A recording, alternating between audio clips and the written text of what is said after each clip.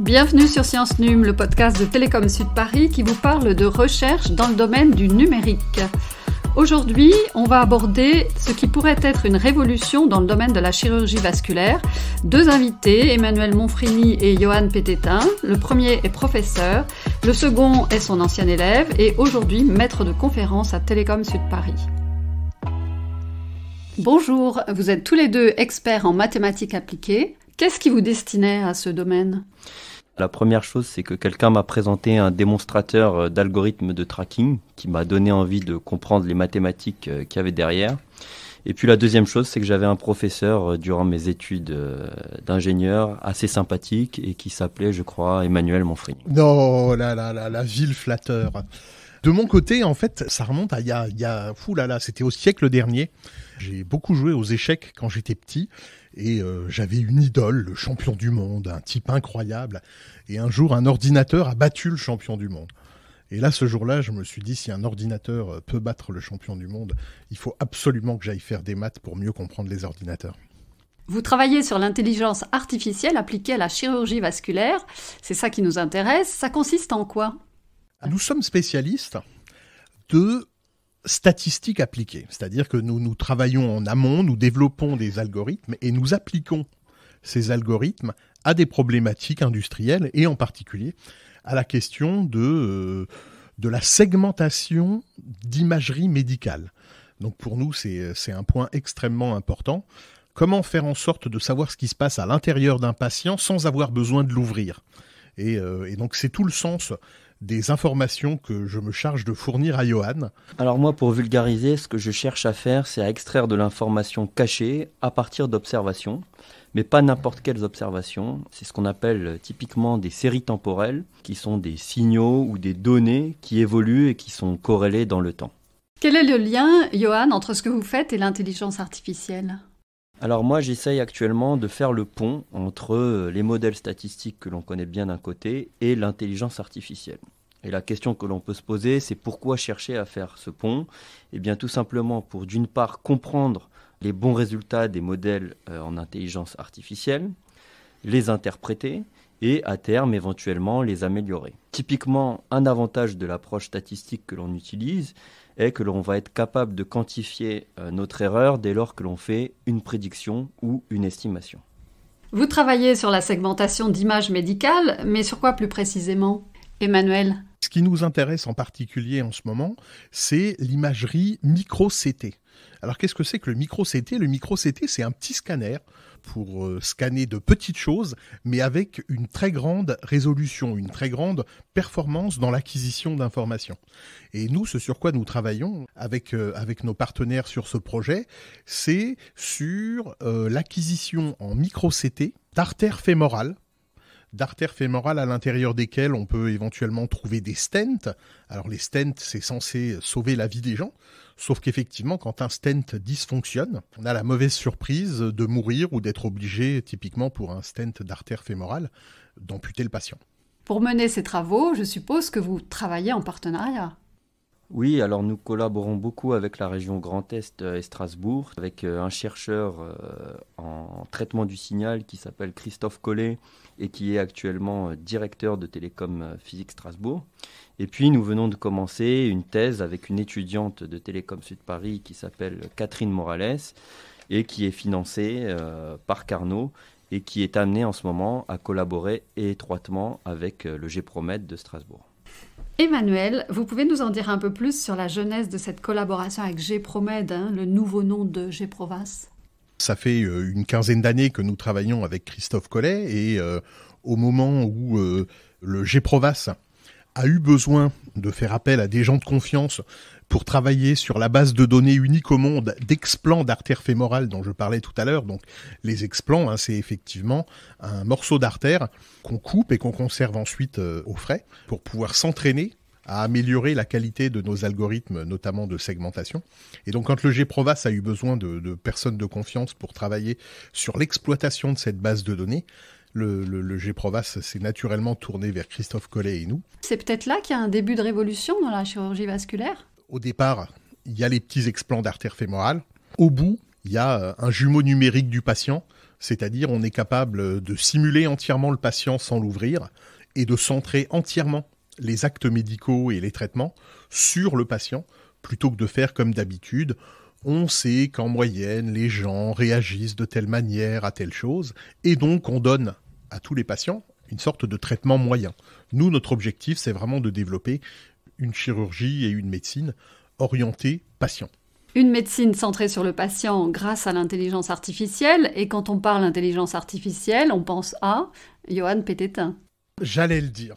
Ce sur quoi je vais me concentrer, c'est dès lors qu'Emmanuel va me fournir une image segmentée et propre, c'est sur l'extraction de figures, par exemple, qui vont me permettre de déterminer si oui ou non il y a présence d'une maladie et comment peut être amenée à évoluer cette maladie au cours du temps. Et puis il y a un deuxième aspect qu'on a commencé à évoquer, c'est la reconstruction d'images.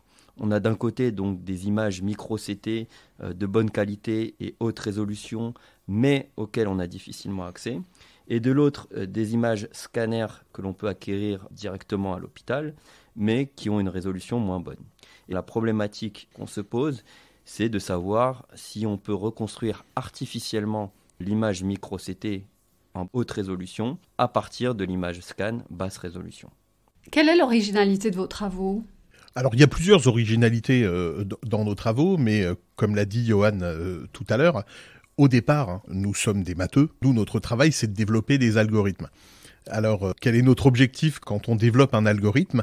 C'est de pouvoir prétendre à mesurer l'erreur qu'on commet, diminuer les temps de calcul en faisant de préférence des calculs déterministes, mais pour que ça modélise la réalité, il faut qu'on soit capable d'introduire des corrélations de meilleure qualité au fur et à mesure que les traitements se complexifient. Pour compléter, donc l'originalité, c'est que, comme l'a dit Emmanuel, c'est qu'à la base, on utilise vraiment des algorithmes très généraux qui peuvent être utilisés pour diverses applications.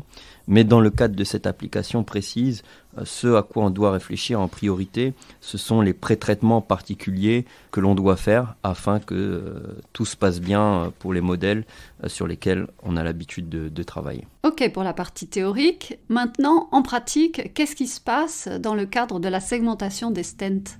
Nous avons vraiment affaire à un problème très complexe, parce qu'un stent à l'intérieur d'une artère, lorsqu'il reçoit les rayons du scanner ou du micro-CT, il renvoie la lumière dans tous les sens. Et donc l'acquisition qu'on fait de l'image est extrêmement difficile à interpréter, même pour un œil humain. Et donc nous avons défini un certain nombre d'algorithmes.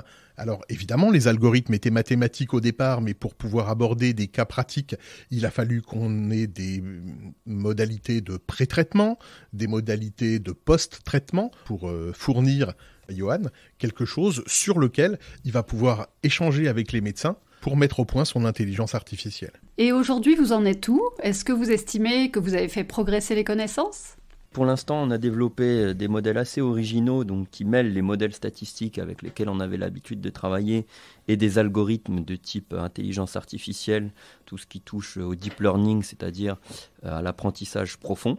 Et dans le cadre de la segmentation d'images avec des bruits complexes, on a montré qu'il y avait une amélioration de l'état de l'art, du moins sur des images synthétiques pour l'instant, par rapport aux modèles avec lesquels on avait l'habitude de travailler jusqu'ici. On a évidemment plusieurs articles publiés dans des conférences et dans des revues médicales, mais c'est vrai que pour nous, la satisfaction immédiate, c'est quand nos partenaires du GPROMED ou du Civipas Institute, dirigés par celle qu'on appelle la papesse du stent Renou Virmani, c'est quand nos partenaires sont contents. Hein. C'est voilà, quand on voit un petit peu de crépitement dans leurs yeux parce qu'ils s'attendaient pas à ce qu'on arrive à faire des choses aussi sympas.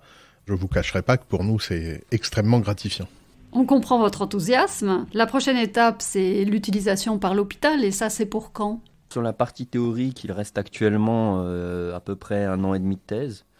Donc on peut d'abord espérer que d'ici 2 ans, on ait des premiers résultats qui soient publiés. Et une fois que la thèse est terminée, que les articles sont publiés, on va dire qu'il y a une phase de 3 ans de développement, d'industrialisation qui permet ensuite l'utilisation généralisée de ces infos. Mais clairement, nos partenaires qui sont des universitaires, même s'ils sont également médecins par ailleurs, utilisent les versions qu'on a développées actuellement pour leurs patients.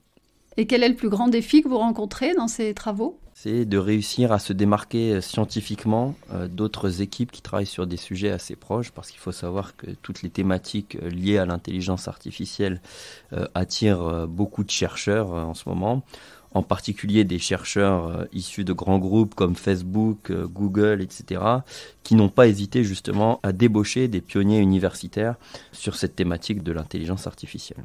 J'ai envie de dire que le plus grand défi dans ce type de collaboration, c'est que des gens qui ne parlent pas forcément la même science réussissent à s'entendre. C'est vraiment la révélation de cette collaboration. On est vraiment dans une collaboration où tout le monde écoute tout le monde, où tout le monde complète tout le monde. Et c'est vraiment un vrai plaisir d'avancer ensemble. On avance beaucoup plus vite que si effectivement il y avait, par exemple, un médecin qui nous faisait une commande sur un logiciel qui ferait un truc particulier qu'il aurait décidé lui-même. Là, on est en permanence force de proposition les uns pour les autres. C'est vraiment grisant, quoi.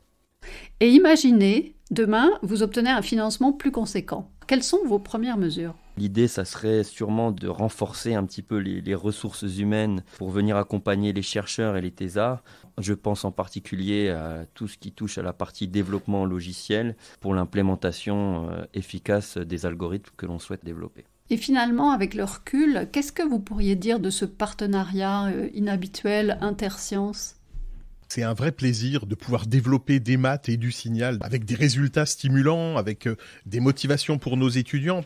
L'avantage de ce type de collaboration, c'est qu'on est amené à faire des allers-retours fréquents donc, avec les chercheurs qui sont issus d'un autre domaine et que entre guillemets, leurs besoins, leurs exigences va sûrement nous amener à développer des nouveaux outils théoriques qui auront probablement à terme d'autres applications que l'application médicale sur laquelle nous travaillons actuellement.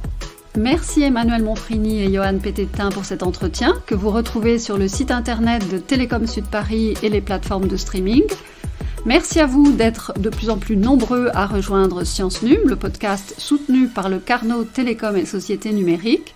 Prochain épisode avec Titus Zaharia, on parlera intelligence artificielle et télévision. À bientôt.